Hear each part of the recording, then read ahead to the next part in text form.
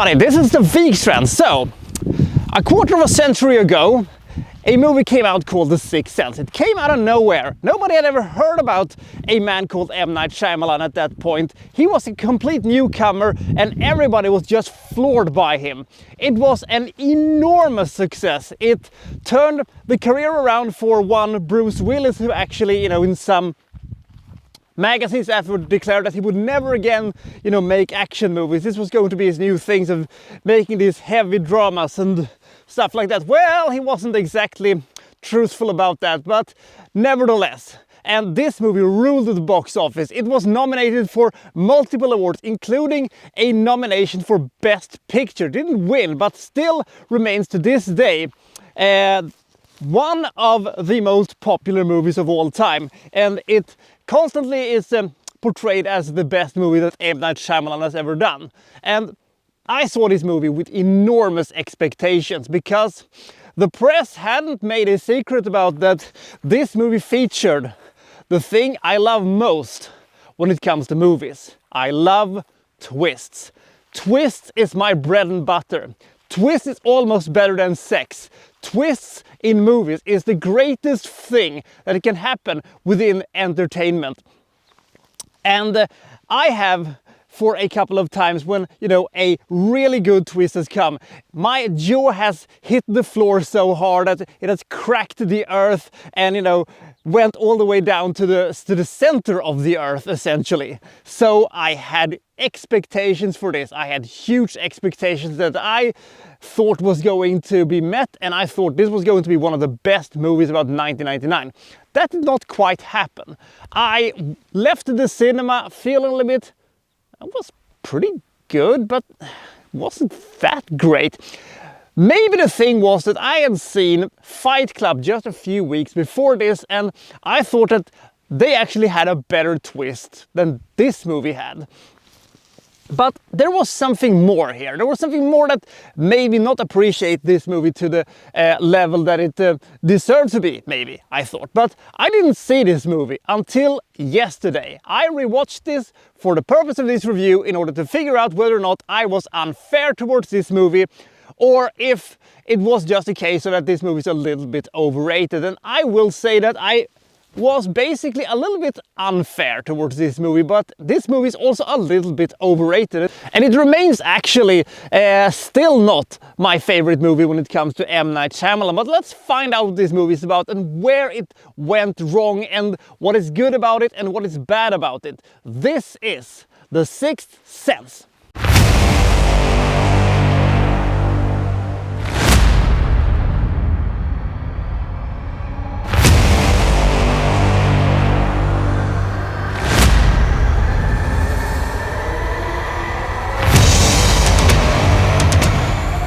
So Bruce Willis plays Dr. Malcolm. He is a renowned and celebrated child psychiatrist in Philadelphia. Tonight he's just going to have a nice romantic evening together with his wife, and they're opening a bottle of wine and everything seems very nice and stuff like that. Then they get an intruder in the house, Vincent, played by Donnie Wahlberg, and he says that, I was a patient of yours many years ago, but you never believed me, and you didn't help me, and stuff like that. And in an act of desperation, and because he doesn't know what to do, he takes his own life after having shot Malcolm. A few months after this, Malcolm has a new patient, Cole, played by Joel Hallet Osmond, who has similar symptoms to Vincent, and Malcolm believes that he has to help this kid so that he doesn't, goes down the same path as Vincent did. So he's trying to figure out what is troubling this boy and why he won't open up and why he won't tell him what his problem actually is, because he's just so secretive and he, just keeps him to himself so much. He feels that it is his obligation, to get his life back on track. It is also in his mind a way of trying to reconnect with his wife, because after the invasion they have drifted apart and they are barely on speaking terms, and He feels that he's just so isolated and alone, and if he can help Cole, maybe this will be, be the big turnaround for Dr. Malcolm. But is it something that we have missed? Why has he such a problem opening that door in his house with the red doorknob? And why is his wife starting to apparently cheat on him? What has he missed and what have we missed? That is one of the things that intrigued me about this movie early on. That is essentially what this movie is. Now, I'm going to say this. M. Night Shyamalan has a way of making movies that I sometimes do not quite agree with, because he has a tendency of having his movies have incredibly slow pace, and this movie just crawls towards the really interesting parts. And the fact is that it doesn't help that all the actors in these movies seem to have been tranquilized before the shooting, because they seem to be ordered to act as bored as possible, restricted, one would say, if one would be nice towards them, which I will kind of sort of be, because the acting is good. This is one of these cases where Bruce Willis really gets to, shine as an actor, even though he is just so restricted that he almost seems disinterested, but he keeps it on the right side of that line. Toni Collette and Olivia Williams is also very good in this movie, but it is Osmond who is the really standout performance. It is rarely that you see a child performance that is this good, because you really care for him and you really want him to, be a normal happy boy again, instead of, being this incredibly depressed and scared boy because he sees dead people. I see dead people, as the classical line is. And the fact is that this thing traumatizes him, and he doesn't know how to cope with this. The thing is that this movie is not a psychological thriller with puzzles and mystery. This is a slow-moving drama that dips its toes sometimes in supernatural horror movies, with a ghost and stuff, which is not really my thing. And the thing is that it takes so long for this movie to get started because of the very, very, very slow pace and the incredibly, dark and depressing and somber tone that this movie has. It's not a fun movie to watch. But the thing is that you do care for the characters and you do want to know what's going to happen in this movie. So the movie moses around fairly nicely until we get to the ending of this movie. Now, I'm going to make a small little comparison to this movie with the movie Primal Fear.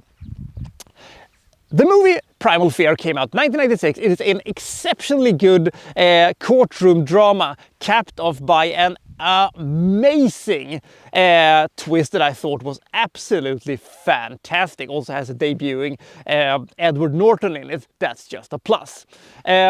But what happens when the big reveal comes? Then we go into a different level of awesomeness, because then we go, oh shit!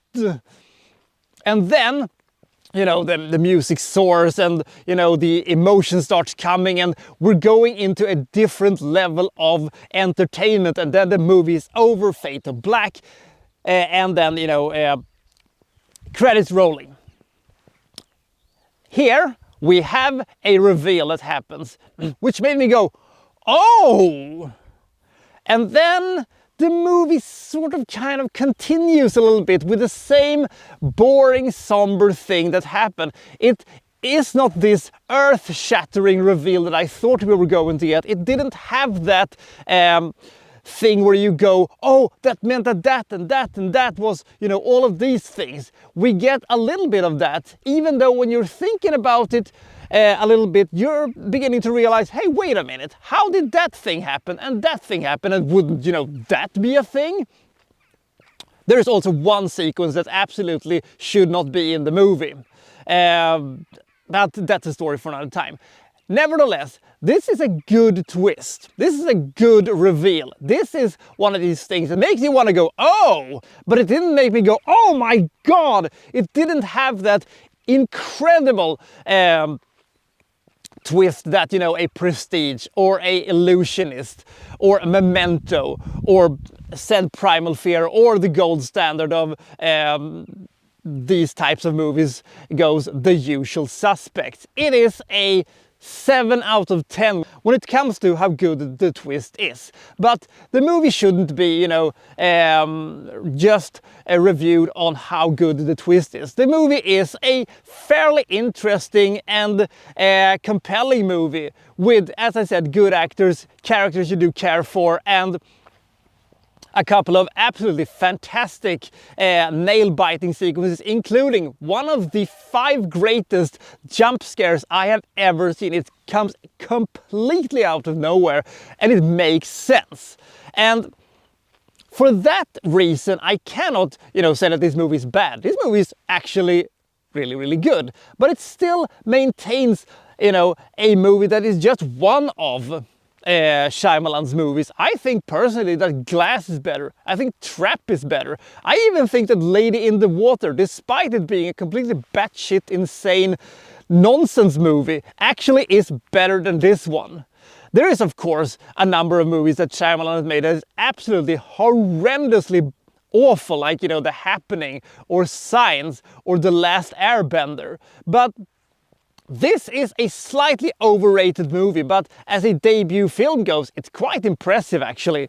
And if you have never seen this movie before, I will advise you to see it. It is a good ghost story, but it is not a good thriller. It is a kind of heavy, kind of somber drama that has traces of horror films into its DNA. It is a really good movie. I can understand why people really felt drawn to it, but I never really got that immersed into the story because the movie was such a chore to get through. And also, can you have a more boring and more lackluster soundtrack than this movie has? I don't know, but the movie could have used a little bit of a rewriting in order for it to pick up a little bit, and they could have used a couple of the you know, thing of the afterlife and the ghost part and stuff like that to actually make a more compelling movie with a little bit of a better pace. But it is still a movie that I think is worth seeing. It's just a little bit overrated, but some of the things happening in this movie is really, really compelling. And I will say that the twist, while not being, you know, one of these all-time greatest twists, is still a bit of an oh shit thing when it happens. I really like this movie, even though I think that it could have been better. The Sixth Sense is a really good movie, which I give 67 points. It has good characters, it has an interesting story, it has an interesting concept, it has one of the greatest jump scares of all time. It actually makes the horror bit of the movie work in its favor as compared to what you would have expected from a movie like this. It cannot quite reach that loftiest of heights when it comes to fantastic, compelling thrillers, but it is a movie that will stay with you for quite some time, even though I've seen better. So which one is your favorite when it comes to the M. Night Shyamalan filmography? Comment below and I'll see you next time for, well, so-and-so reviewing, well, such and such. Thank you for watching. Thank you very much.